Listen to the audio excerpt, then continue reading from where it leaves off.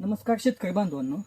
ज्यावेळेस आपण माल फुगवायला 13-045 किंवा 0-050 काय आपण जे तुम्ही कोणते बी ग्रेड सोडता त्याच्या अगोदर महत्वाची काळजी घेणं म्हणजे कॅल्शियम बोरान सोडणं. कारण की कुठल्या बी फळबागामध्ये का नाही कॅल्शियम आणि बोरानचं महत्व भरपूर आहे.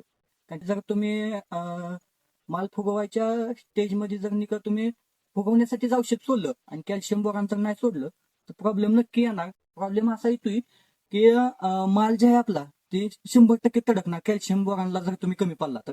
त्यामुळे जे आहे तुम्ही बागेला कंटिन्यू 10 दिवसाला खालून कॅल्शियम बोरान सोडलंच पाहिजे.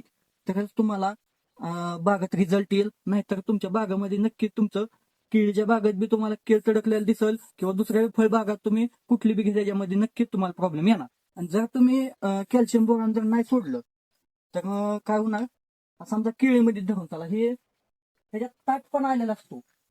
ह्या कुठल्या बी ह्याच्यात ताटपणा आलेला असतो.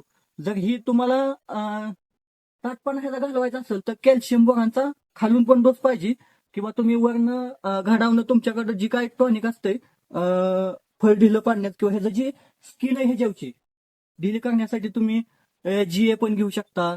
त्यामुळं काय होतंय, ही ढिलं पडलं की खालून जे आपण देतोय ती ह्याला घ्यायला पावर राहते. नाहीतर ह्याला जर ह्याने जर घेतलं आहे याचं तर ह्याला टाईटपणा असल्यामुळे ही तडकून जाणार. त्यासाठी कॅल्शियम बोरान घेत चला.